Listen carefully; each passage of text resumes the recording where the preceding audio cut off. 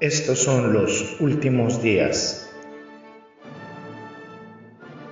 Un estudio del Apocalipsis, versículo a versículo, con el hermano Andrés López.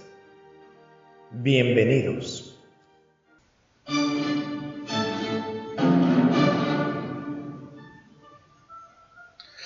¿Qué tal amigos? Bienvenidos a una nueva emisión de su programa, nuestro programa Los Últimos Días, un estudio del Apocalipsis. ¿Qué relevancia tiene el comprender todas estas circunstancias que están por venir? Todas estas circunstancias que vivimos también hoy en día, porque indudablemente son los últimos días, los últimos tiempos. Y estamos viendo toda una serie de cosas que, además de que constituyen un carácter profético muy actual, también cosas que debemos tener en cuenta porque nos revela también acontecimientos futuros este libro. Vamos a empezar a darle lectura y muy emocionado porque comenzamos ya el capítulo 3 del libro de Apocalipsis y vamos a dedicarnos a este pequeño estudio que tiene que ver con la iglesia en Sardis. Vamos a leer el capítulo 3 de Apocalipsis, versículos 1 al 6. Dice lo siguiente la palabra de Dios, Apocalipsis 3, 1 al 6, dice: Escribe al ángel de la iglesia en Sardis, el que tiene los 7 espíritus de Dios y las 7 estrellas, dice esto: Yo conozco tus obras, que tienes nombre de que vives y estás muerto.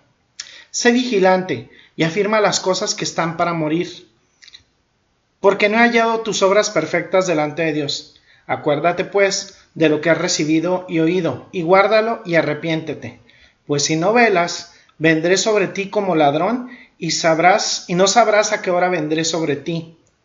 Pero tienes unas pocas personas en Sardis que no han manchado sus vestiduras y andarán conmigo en vestiduras blancas, porque son dignas. El que venciere será vestido de vestiduras blancas, y no borraré su nombre del libro de la vida, y confesaré su nombre delante de mi Padre y delante de sus ángeles. El que tiene oído, oiga lo que el Espíritu dice a las iglesias. Vamos a orar. Gracias, bendito Señor, te damos por esta oportunidad de analizar nuevamente tu palabra, Señor, de estar advertidos y alertas sobre la santidad que tú requieres en nuestras iglesias, en nuestras congregaciones, en nuestras vidas, Señor. Nos sentimos muy comprometidos, responsabilizados y humillados ante la posibilidad de que siempre encuentres cosas que te desagradan y que debemos corregir y de las cuales debemos estar alerta para no caer, Señor.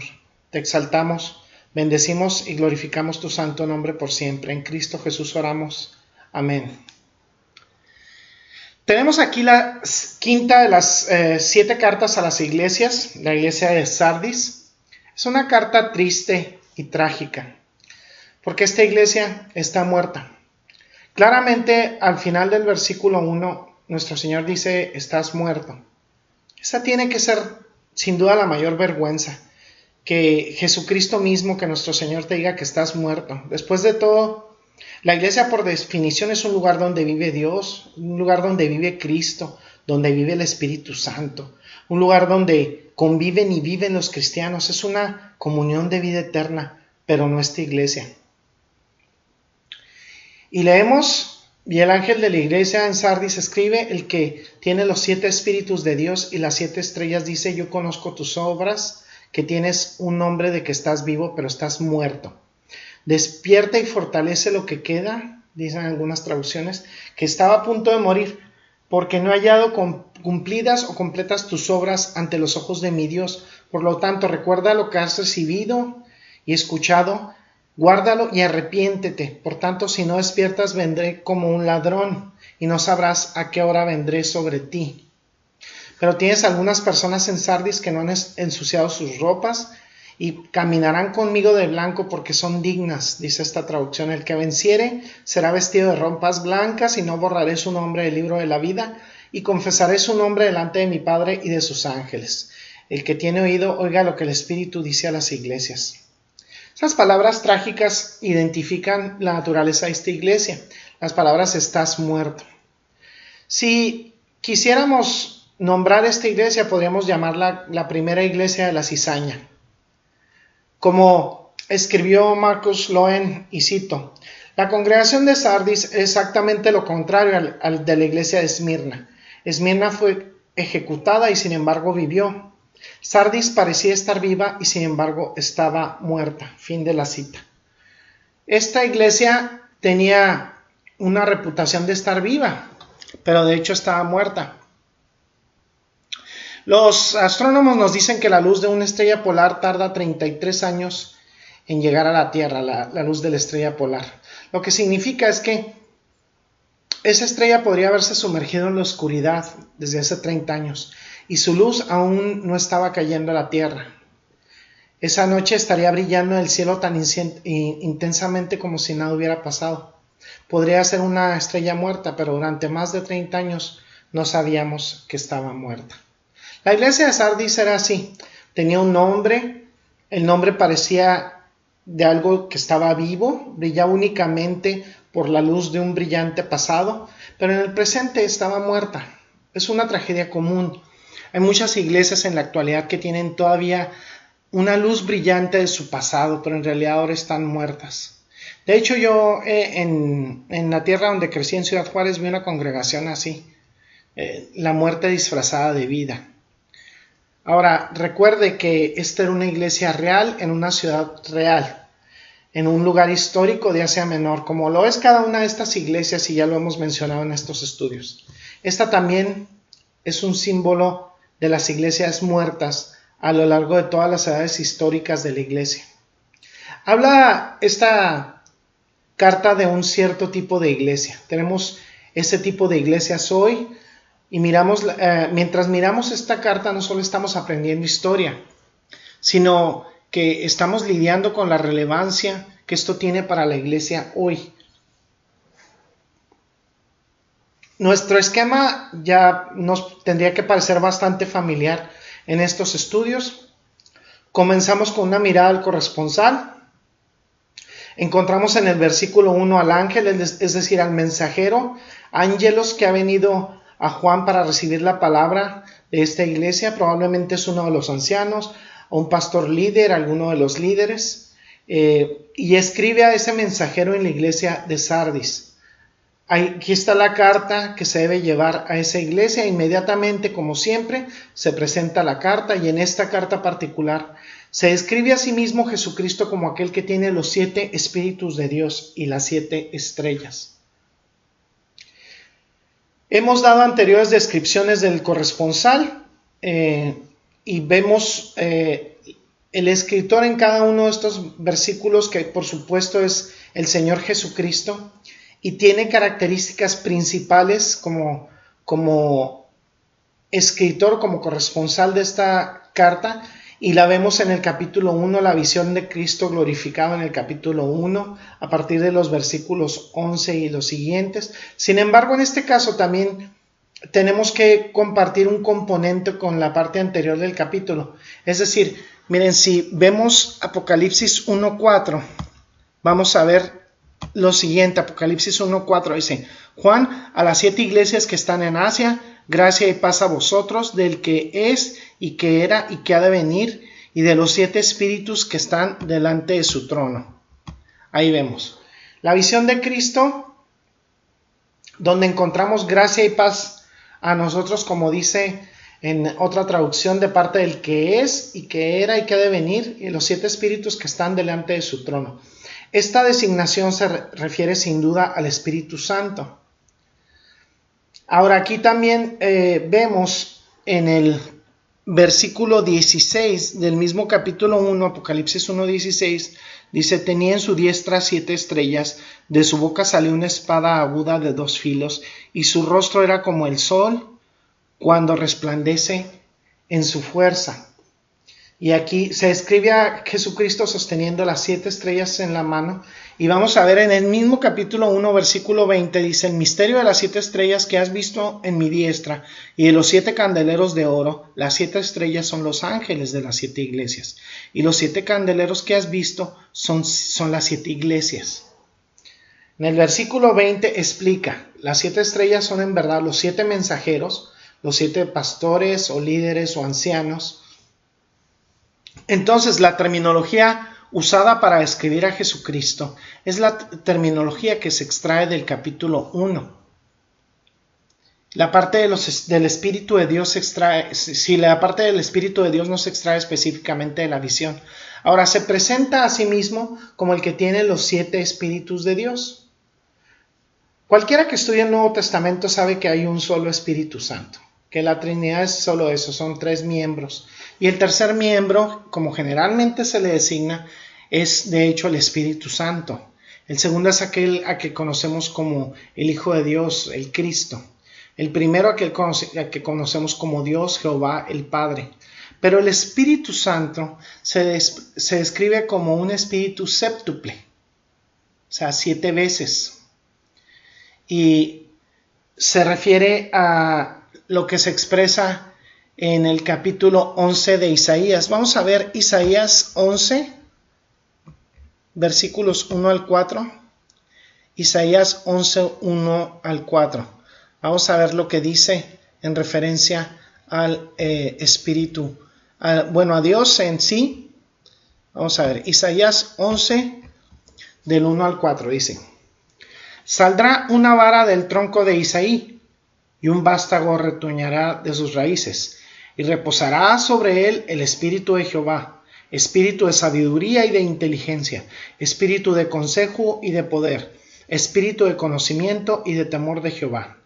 Y le hará entender diligente en el temor de Jehová, no juzgará según la vista de sus ojos, ni arguirá por lo que oigan sus oídos, sino que juzgará con justicia a los pobres, y arguirá con equidad por los mansos de la tierra, y herirá a la tierra con la vara de su boca, y con el espíritu de sus labios matará al impío.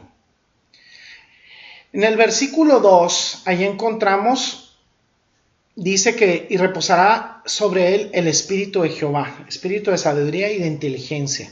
Nos encontramos el espíritu del Señor, y ese espíritu del Señor se describe como espíritu de sabiduría, de entendimiento, de consejo, de fortaleza, de conocimiento, de temor. A estos podemos agregar el espíritu del Señor, que le da el espíritu séptuple, que sería el Espíritu Santo descrito en la plenitud de su operación. En lugar de los 7 espíritus, es el espíritu séptuple. Podría ser que el Señor se está refiriendo a este pasaje en Isaías 11, que dice que es espíritu de sabiduría y de inteligencia, espíritu de consejo y de poder, espíritu de conocimiento y de temor de Jehová. Entonces, ahí vemos sabiduría, inteligencia, consejo, poder, conocimiento, temor de Jehová. Y ahí se da este espíritu séptuple, y podría hacer esa referencia a Isaías 11. Sin embargo, también hay otra posibilidad.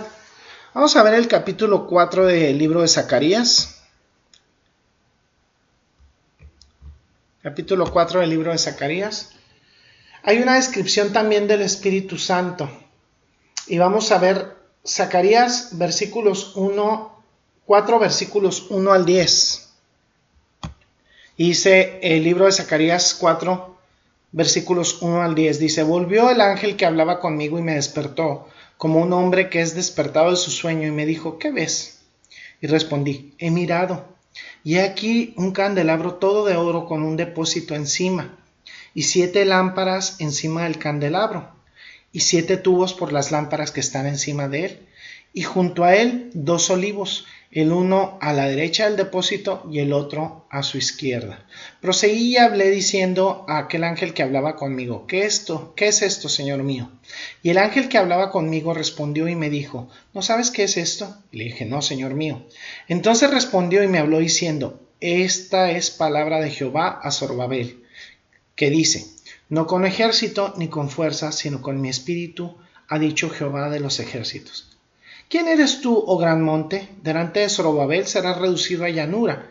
Él sacará la primera piedra con aclamaciones de gracia. Gracia a ella. Vino palabra de Jehová a mí diciendo: las manos de Zorobabel echarán el cimiento de esta casa, y sus manos la acabarán, y conocerás que Jehová de los ejércitos me envió a vosotros. Porque los que menospreciaron el día de las pequeñeces se alegrarán, y verán la plomada en la mano de Zorobabel. Estos son los ojos de Jehová que recorren toda la tierra. Se refiere al Espíritu en términos de su plenitud, en términos de omnisciencia, en términos de su testimonio. También se refiere a las características que vemos en estos siguientes pasajes que les voy a mencionar. Vamos a ver Apocalipsis capítulo 4 versículo 5, y dice lo siguiente. Apocalipsis 4:5 dice: y del trono salían relámpagos y truenos y voces, y delante del trono ardían 7 lámparas de fuego, las cuales son los 7 espíritus de Dios. Y miren, en el capítulo 5 versículo 6 del mismo libro de Apocalipsis, Apocalipsis 5:6 dice: y miré y vi que en medio del trono y de los 4 seres vivientes y en medio de los ancianos estaba en pie un cordero como inmolado, que tenía 7 cuernos y 7 ojos, los cuales son los 7 espíritus de Dios enviados por toda la tierra. En ese caso, aquí está el Señor diciendo el énfasis de la plenitud del Espíritu Santo.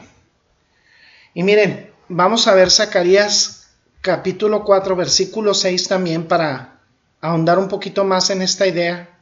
Zacarías 4 versículo 6 dice: entonces respondió y me habló diciendo: esta es palabra de Jehová Zorobabel, que dice: no con ejército ni con fuerza, sino con mi espíritu, ha dicho Jehová de los ejércitos. ¿Sí?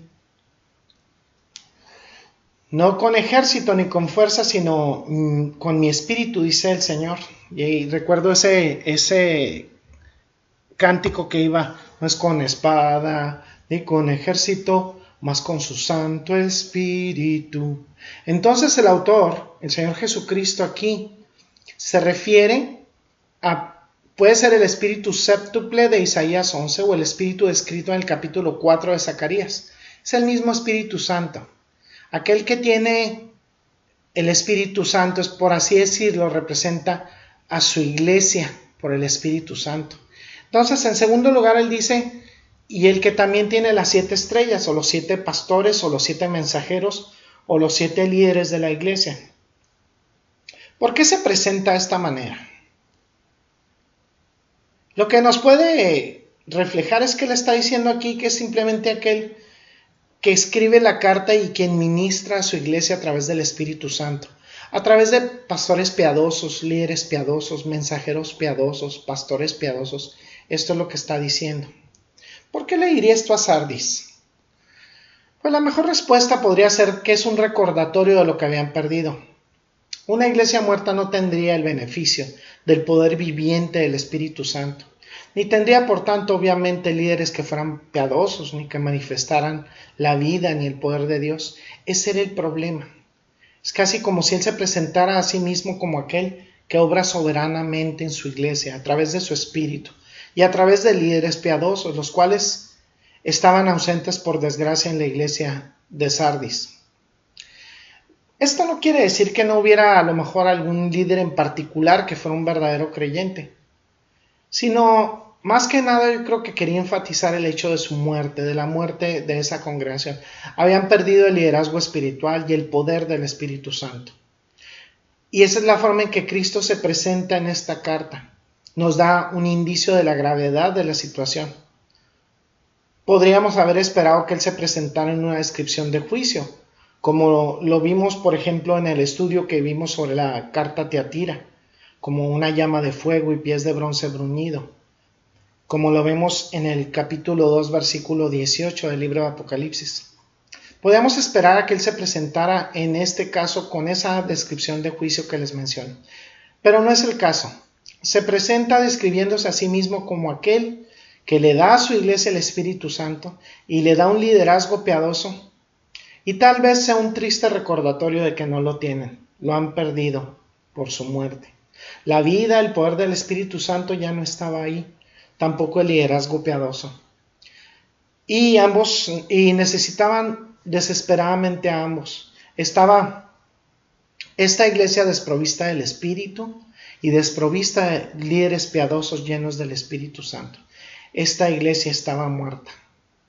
Vamos a poner una pausa a este estudio y nosotros los que vivimos esta realidad en Cristo nos sentimos como esas películas de zombies que a lo mejor veíamos de niños, rodeados en un mundo de muertos vivientes, y es que espiritualmente una persona que no ha reconocido a Jesucristo como su único y suficiente Señor y Salvador está muerta espiritualmente. Su alma está entregada a Satanás, al maligno, aún sin saberlo. La mejor forma de esperar el fuego del infierno es no hacer nada. Con la desidia y la procrastinación de decir, me voy a quedar cruzado de brazos y no voy a hacer nada. Es fácil el camino al infierno, de hecho es el camino angosto. La mayoría de la humanidad va a caminar en un trágico desenlace hacia el fuego y las llamas del infierno. En este caso, yo te hablo a ti que no tienes a Jesucristo como tu único y suficiente Señor y Salvador. Dice el libro de Lucas, capítulo 1, versículos 68 y 69, dice, bendito sea el Señor, Dios de Israel, porque ha venido a redimir a su pueblo. Nos ha levantado un poderoso Salvador en la casa de David, su siervo.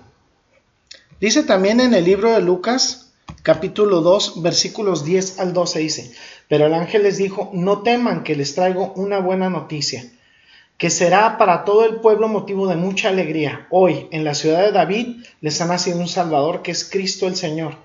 Esto les servirá de señal, hallarán al niño envuelto en pañales y acostado en un pesebre. Esa es la promesa de Dios, que a pesar de ser pecadores y ser merecedores del infierno eterno, Dios, nuestro amado Padre Celestial, autor de nuestra salvación, ha provisto un sacrificio perfecto para la remisión de nuestros pecados en su Hijo Jesucristo.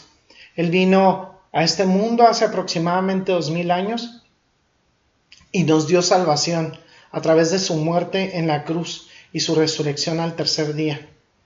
Hoy es el día de salvación. Si estás escuchando nuestra estación de radio o este podcast, Dios no te ha traído aquí como coincidencia, sino es una diosidencia, es un obrar de su Espíritu para que tú escuches este mensaje. Seguramente has transgredido la ley de Dios porque eres un ser humano y todos lo hemos hecho. No hay justo ni aun uno, dice la Escritura. Y aquel que se dice bueno hace mentiroso a Dios. Entonces tú le necesitas y necesitas a Jesucristo como tu único y suficiente Señor y Salvador. Porque de no tenerlo en tu vida y no reconocerlo como tu único y suficiente Señor y Salvador, vas en camino al infierno. No puedo decirlo de ninguna otra manera, esa es la realidad, esa es la verdad. ¿Cómo puedes aceptar a Jesucristo como tu único y suficiente Señor y Salvador? Ora en el lugar que estás, pídele perdón, arrepiéntete de tus pecados y reconócele como tu único y suficiente Señor y Salvador el día de hoy. Pídele que Él deje entrar su Santo Espíritu en ti y que Él te conduzca por un camino de obediencia, por un camino de entrega a Él, porque Él lo quiere todo de ti. Él dice que comas de su carne y bebas de su sangre, en el sentido de que tú le obedezcas completamente, y Él va a realizar ese cambio en ti. Vas a leer la Biblia, te vas a congregar en un lugar de sana doctrina y vas a dar frutos, pero tienes que empezar arrepintiéndote de tus pecados y entregándole tu vida, y Él te librará de las llamas del infierno. El Señor te va a salvar porque el Señor es salvador por naturaleza. ¿Y cómo hago esto? Me puedes preguntar, Andrés, ¿cómo hago esto? Pues ora con tus propias palabras, pídele perdón con tus propias palabras. Yo no te puedo dar un script, un guión para que le digas frases hechas. Tú díselo con tus propias palabras y arrepiéntete porque hoy es el día de salvación. No esperes a mañana porque nosotros no tenemos garantizada la vida. Yo puedo morir en este instante como tú también. Entonces le hablo ahorita a tu corazón para que te arrepientas y busques el día de hoy a Jesucristo como tu único y suficiente Señor y Salvador. Busca de Él. Vamos a orar. Gracias, bendito Señor, te damos por este programa, por esta emisión. Gracias, Padre, por la bendición constante de tu palabra santa. Gracias por darnos esta aterradora imagen de esta iglesia que está muerta. Ojalá nuestras congregaciones sigan con vida, Señor, y sigan adorando y glorificando tu santo nombre. Hacemos todo esto para tu gloria y para tu honra, amado Señor. En el precioso nombre de Cristo Jesús oramos. Amén y amén. Bueno, este ha sido su programa, nuestro programa Los Últimos Días. Los esperamos para la siguiente emisión aquí por Radio Cristo Viene y por las plataformas que se sirven reproducir este material y quienes lo hagan también en el futuro, que seguramente va a ser una gran bendición y edificación para los oyentes, para la gloria y la honra de Dios. Este ha sido su hermano y amigo Andrés López y hasta la próxima. Bendiciones.